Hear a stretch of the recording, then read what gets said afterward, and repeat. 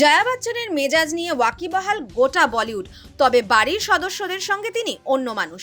রাস্তাঘাটে আলোকচিত্রী দেখলেই বকাঝকা দিয়ে চুপ করিয়ে দেন, কিন্তু নাতি নাতনিদের সঙ্গে খানিক দিদিমা সুলভ আচরণ তার।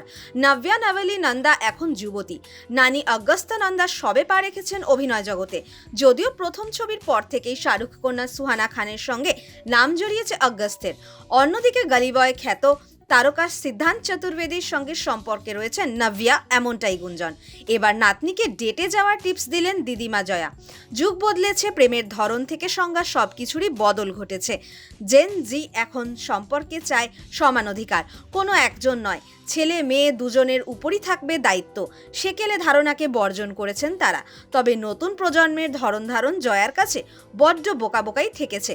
প্রেম প্রস্তাব থেকে ডেটে যাওয়ার খরচ সব কিছুতেই ছেলেদেরকেই প্রথম পদক্ষেপ করতে হবে মত জয়ার।